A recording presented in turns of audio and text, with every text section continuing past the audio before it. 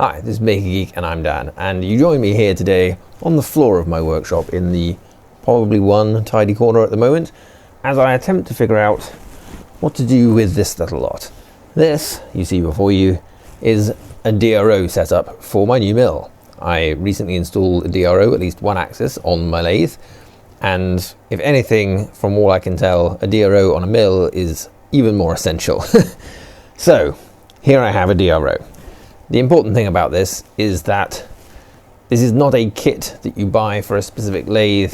The company that makes the lathe doesn't make these. These are generic setups that you buy. So they're pretty much similar deal.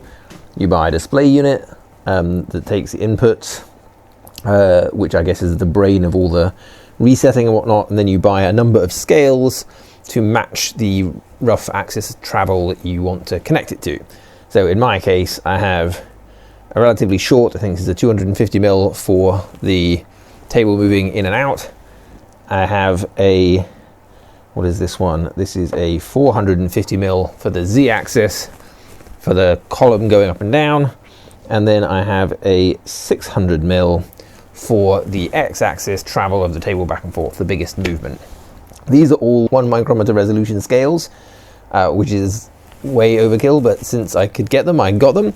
And the kit basically comes with all you see here. So you get the scales. Each scale has a little bag of nuts and washers. You get like an aluminium cover thing, and I guess these are end caps for that. And this set came with a bunch of aluminium brackets. All of which seems fairly comprehensive, but of course none of this is just going to fit. You have to do a bunch of thinking about how exactly you're going to get things positioned on your particular machine. So that's what we're going to figure out, is how we get these things attached appropriately to the mill. So I guess let's go to the mill.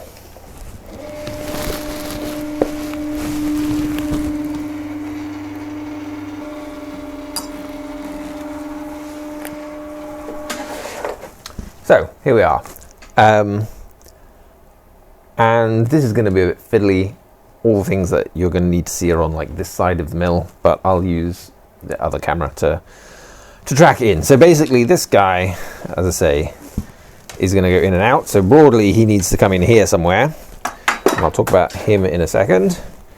And this guy is on the column, so he's actually going to be on the other side, but needs to mount somewhere kind of on here with the carriage piece connected.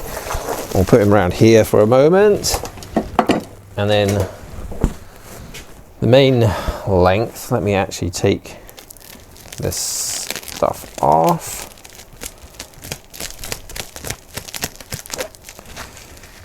Now, somebody watching one of my, the previous video where I talked about the Dro for the lathe pointed out that these red bits actually come off, which is much more apparent on these scales.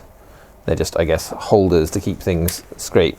But on the one I got for the lathe, there are 2 little screws that actually attach this onto this carriage, so that's why I didn't remove it. But I guess I can. It affects a small amount of the travel. But this guy will be coming back here. So, with those broadly in position, let's look at the real details of what it's going to mean to attach that. So, I'm going to bring out this camera so we can kind of get into some tight spaces. And I guess I'll put that up in the corner or something as an inset. So let's come down here. And what we can see is we've got, this is an angled surface. There's a little bit of basically straight on the base and a little bit of flat of the table carriage. And this guy, let me turn him around. It's going to be tricky to try not make you feel too seasick. So you've got a few kind of options, right? We can mount him kind of straight like this and screw the carriage piece into that, but that leaves the kind of wipers side up and detritus can get in there, which is not ideal. And obviously each of these comes with one of these pieces, which notionally I guess is to create cover, but there's really nowhere, like if you see in here, like where would you even mount this to create that cover?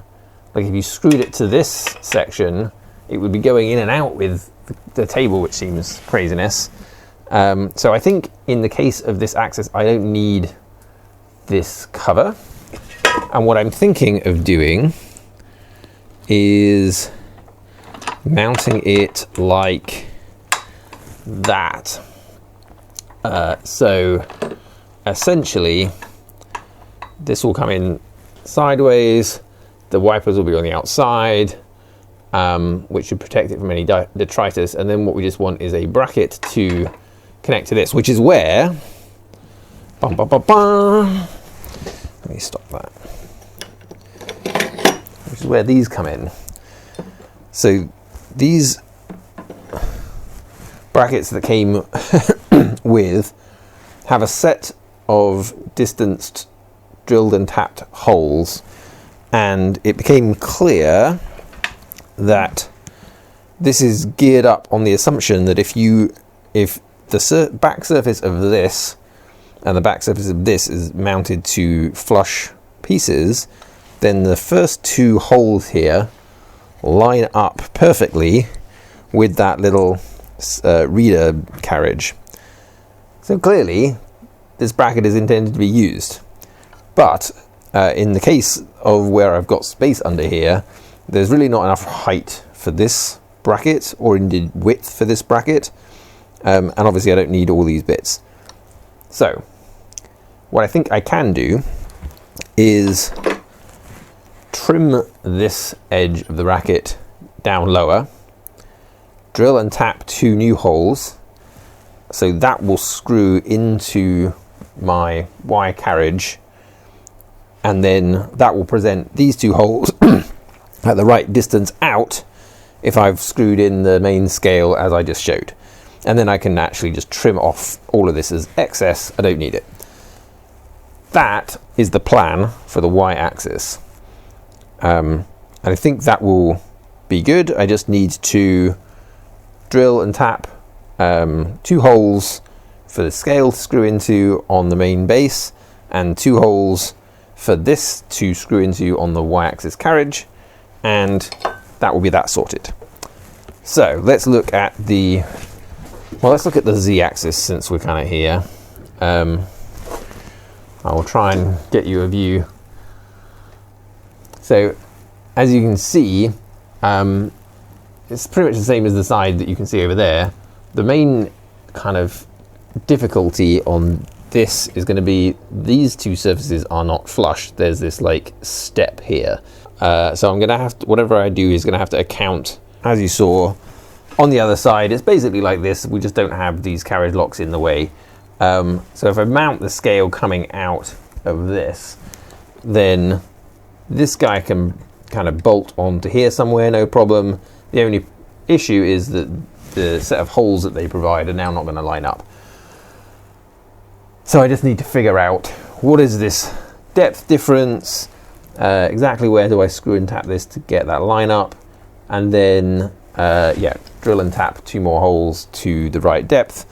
So that is the plan. I think that's going to be the most fiddly, and because I'm going to need to probably adjust this bracket quite precisely for those holes, both the distances and the taps or whatever, it probably makes sense to do this one last, because then I'll have the X and the Y carriage already in order to help me dial that in.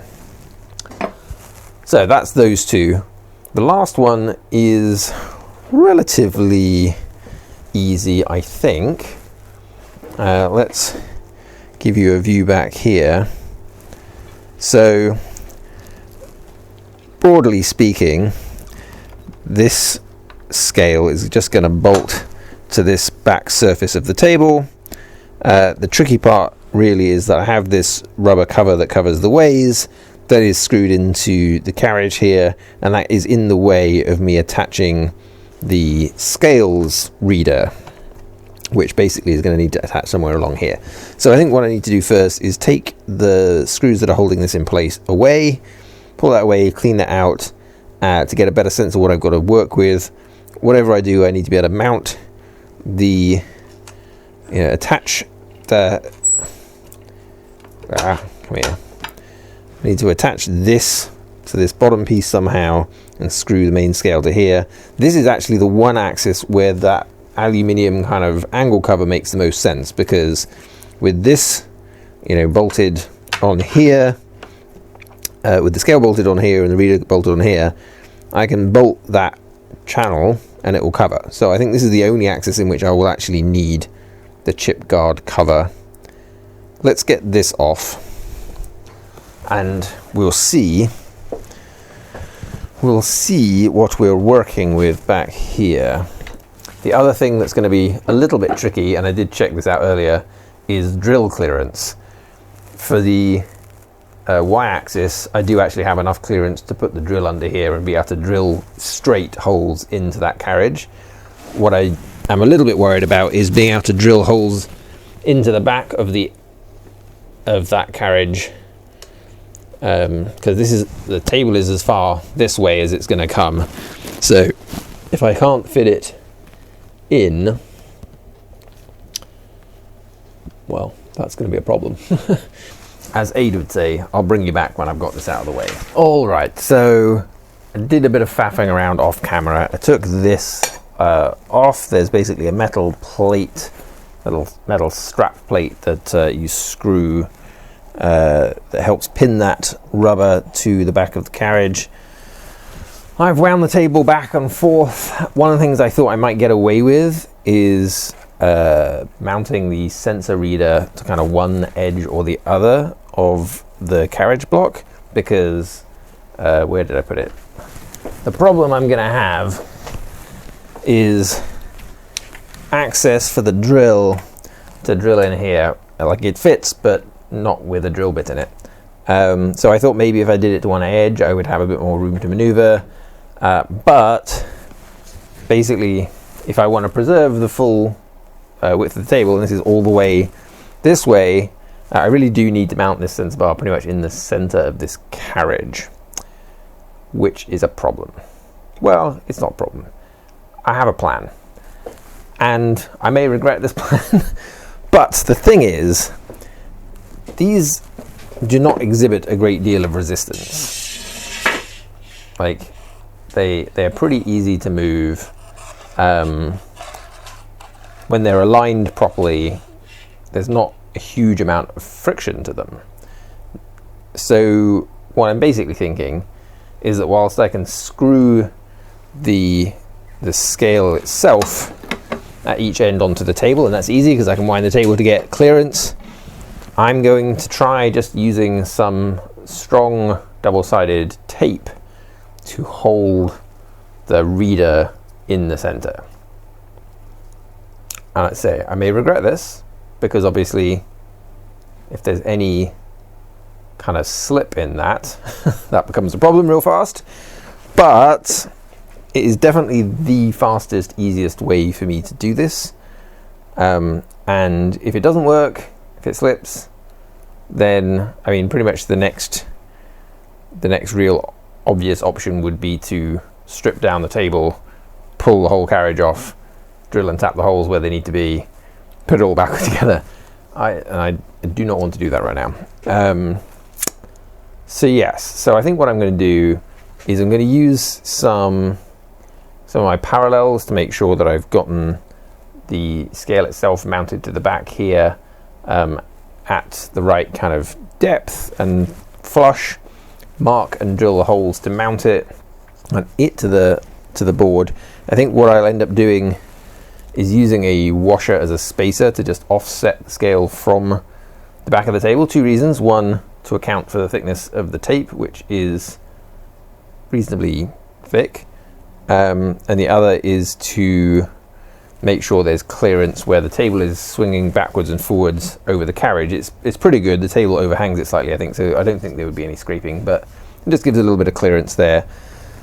That then leaves us the challenge of remounting the strapping for pinning our rubber in place. I think for that I'm just going to turn a couple of like Delrin standoffs so that it can still screw into the same holes it had either side of where the sensor bar will be mounted. And since we will be using the chip guard on this, I think there's enough room for the scale and the reader, standoffs, rubber, and then chip guard over the top. That's the plan. That's the plan. Right, yes, let me show this. Yeah, this needs to be there, but I think the other thing is that if I drill and tap the holes that screw this in, then I think I can basically just put the double-sided tape on that, get it squared up, put this in position, screw it, and we'll be good. Will I regret this? Will I regret this? I can't remember how good this tape is. Maybe I don't have very much of it. Maybe I should do a quick test with the tape just to get a sense of how sticky it is, because if this isn't good enough, there are obviously other high strength double-sided tapes I could acquire to make this possible. So let's just give ourselves a wee smidger of this. I think the other thing that will probably be important for this plan is really degreasing that surface and yeah, like degrease it and acetone it, make sure it's super clean. So I stick that to there. Right, there we go. So if I grab this, I'm just gonna hold and press it for a sec. I just want to get a sense, like if I can feel a physical sense of the amount of resistance to shearing forces, then that will hopefully give me some confidence that it is going to be strong enough. So, oh yeah. Now, whether or not I'm losing precision, is there wobble in the shear? Like, there's definitely a little bit of wobble laterally from the foam, which actually I think will help the coupling, but I don't know down to the micron, maybe. Okay, I think this plan's a goer. Let's do it. I'll bring you back when I have, I guess, drilled and tapped and marked and whatnot.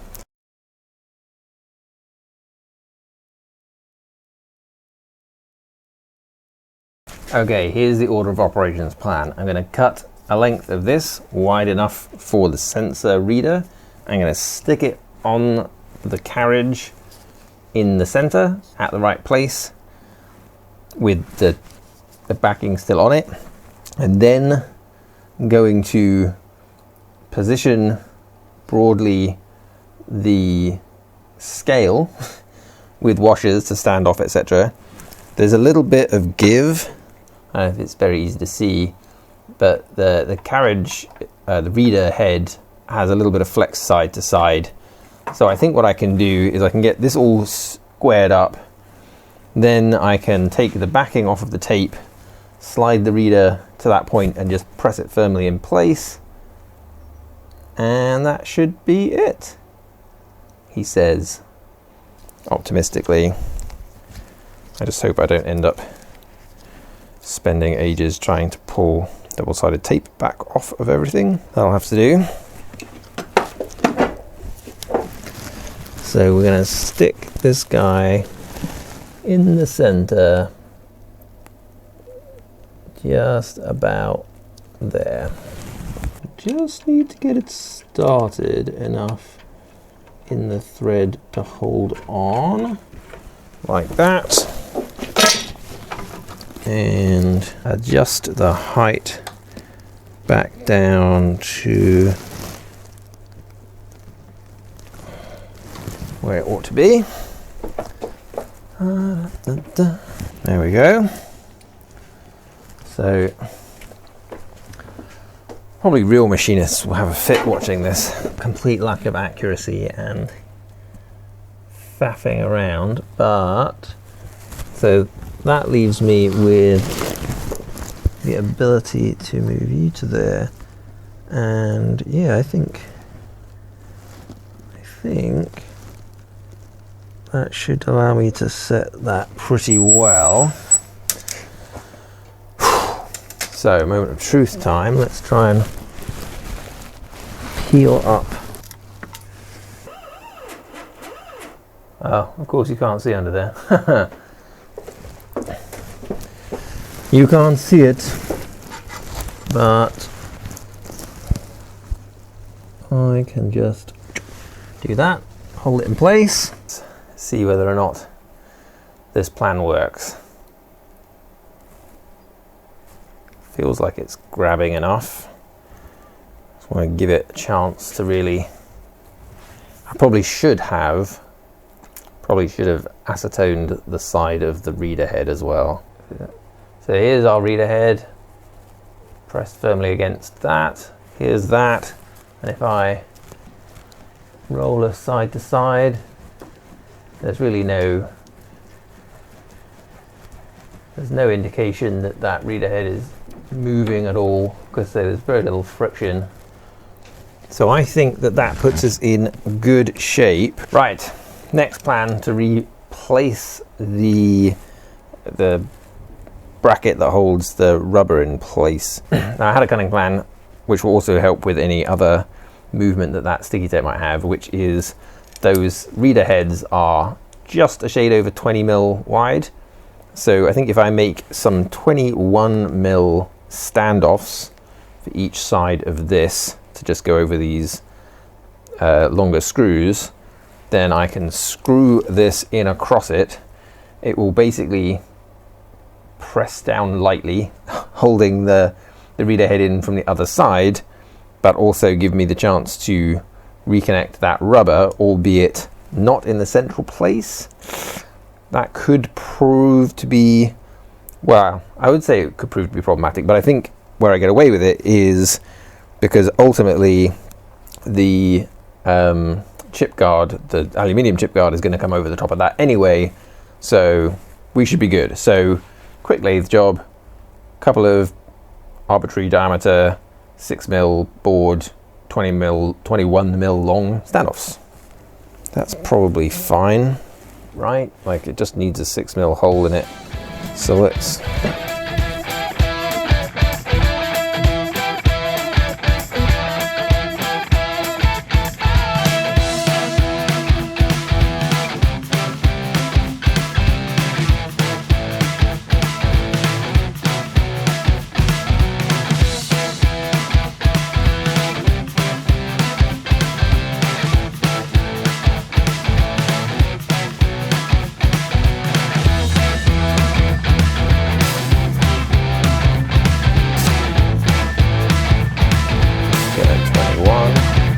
Ooh, 2107. I'll take it. And then let's 3-0, pop, and we'll come out again.